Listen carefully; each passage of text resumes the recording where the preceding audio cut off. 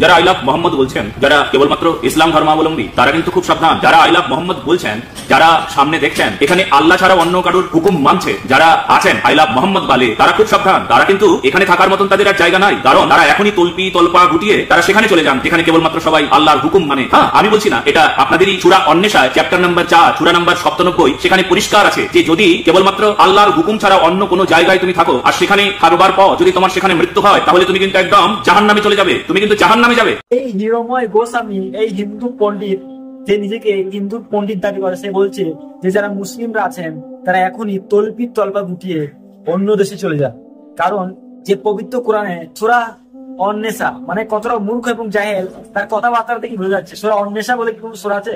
তিনি বলছেন সূরা নিসার মধ্যে 97 নম্বর আয়াতে বলা আছে যে যেখানে আল্লাহর হুকুম চলে না সেই জায়গায় যদি আপনি থাকেন এবং মৃত্যুবরণ করেন তাহলে আপনি জাহান্নামে যাবেন। তো দেখুন, আপনাদের সামনে আমি আয়াতের স্ক্রিনশট দিয়ে দিচ্ছি, দেখুন কি লেখা আছে। সেখানে লেখা আছে জুলুমকারীরা, যারা নিজেদের প্রতি জুলুম করেছে, তাদের জান যখন ফেরেশতারা কবজ করতে আসে এবং বলে তোমরা কি অবস্থায় ছিলে, তখন তারা বলে আমরা জমিনে দুর্বল অবস্থায় ছিলাম। তারা বলে যে তোমরা কি আল্লাহর জমিনে প্রশান্তি পাওনি এবং হিজরত করনি? এখানে কি লেখা আছে যে যদি যেখানে আপনারা থাকেন সেখানে যদি আল্লাহর হুকুম না চলে তাহলে অন্য দেশে চলে যান এবং না হলে আপনারা জাহান্নামে যাবেন?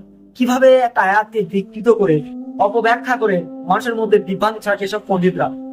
এটা তো পণ্ডিত নয়, এটা হলো ইসলাম বিদ্বেষী। এর কাজ হচ্ছে ইসলামের অপপ্রচার করা। তাই এই ভিডিওটি বেশি বেশি শেয়ার করুন যাতে মানুষের কাছে সত্যটা পৌঁছে যায়, কারণ এইসব পণ্ডিতরা আয়াতের অপব্যাখ্যা করে ইসলামের অপপ্রচার করে হিন্দু এবং মুসলিমদের মধ্যে একটি ভ্রাতৃত্বকে নষ্ট করতে চাইছে।